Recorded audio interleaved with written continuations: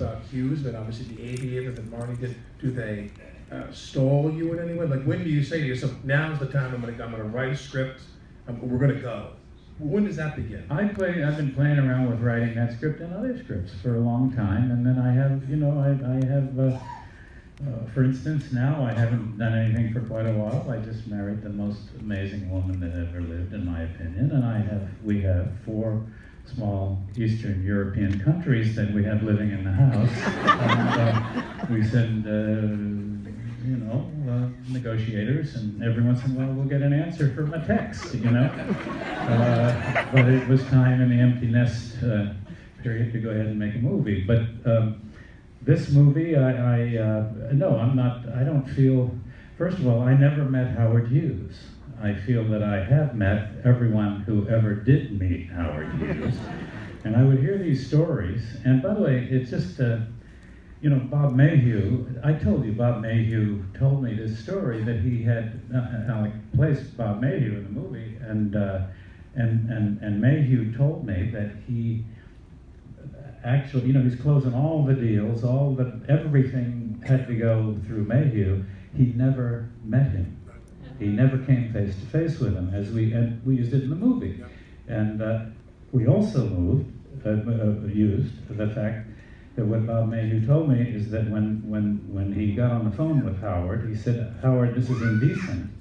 I'm responsible for all of these things. I've never met you. Do you realize we've never seen each other face to face?" And Howard Hughes started to cry.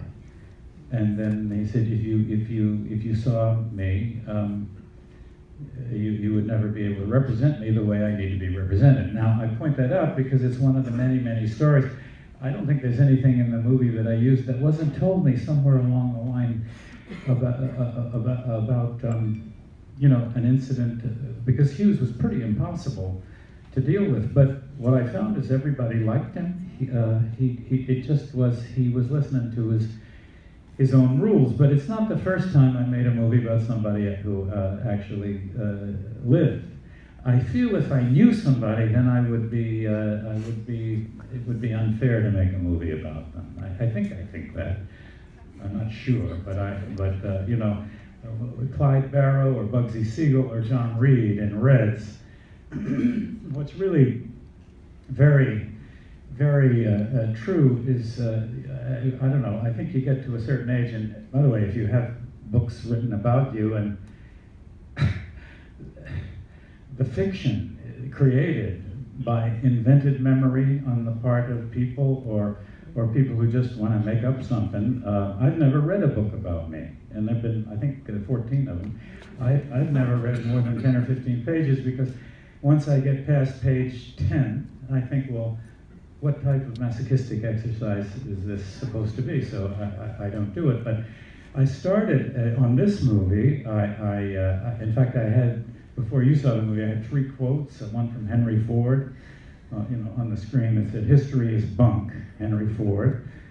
And I had, "History will be very kind to me because I intend to write it," Winston Churchill.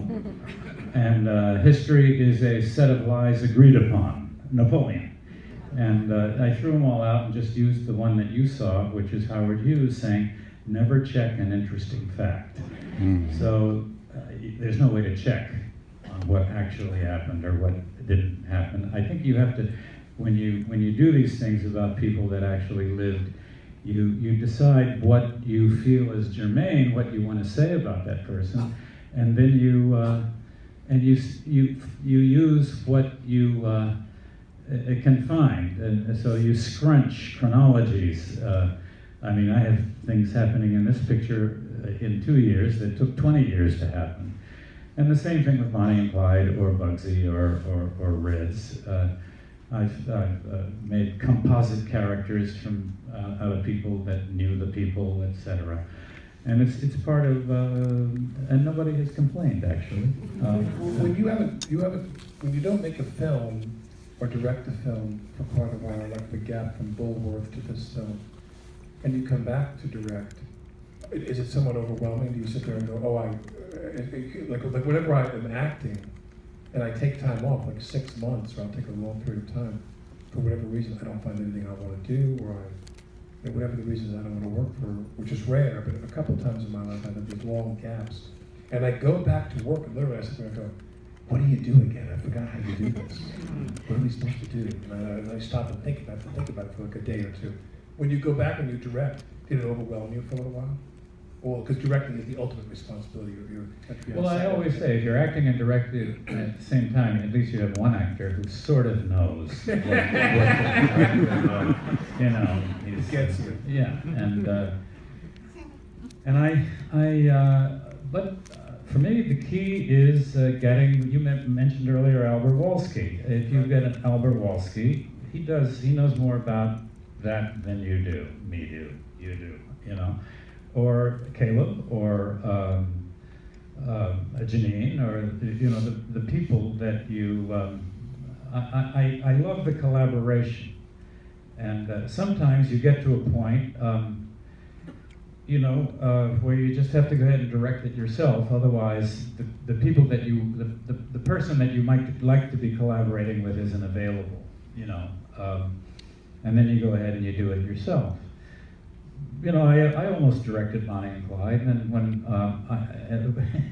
it was interesting, I was turned down by 11 directors on Bonnie and Clyde because I thought it was presumptuous of me to jump into directing that early. And Arthur was one of the people that had turned it down, and then I went to Arthur and I said, at the suggestion of Abe Lastfogel, who owned the William Morris Agency and handled Arthur, and Arthur, because of some things that had happened, said, I'm not going to ever direct another movie. And I said, he just wanted to direct on Broadway. And I said, that's silly. You're a wonderful director. Come, let's do. We had made a movie called Mickey 1, which opened down the block that Arthur would be happy to hear that applause. I can tell you that, you know what it did the first night? $13. Now let's applaud that. Let's applaud. Now that's good. Yeah. Now, here's the point. I said, well, is that good? You know? And anyway, so Arthur, I said, let's do another movie together. I did everything you said in Mickey 1, and I was a good boy. Let's have an argument every night. And if we don't have anything to argue about, we'll find something to argue about, and let's make it a pleasant argument, and let's have it never be just you and me. Let's have you, me, and another person or two or three, so it never becomes an ad hominem contest. And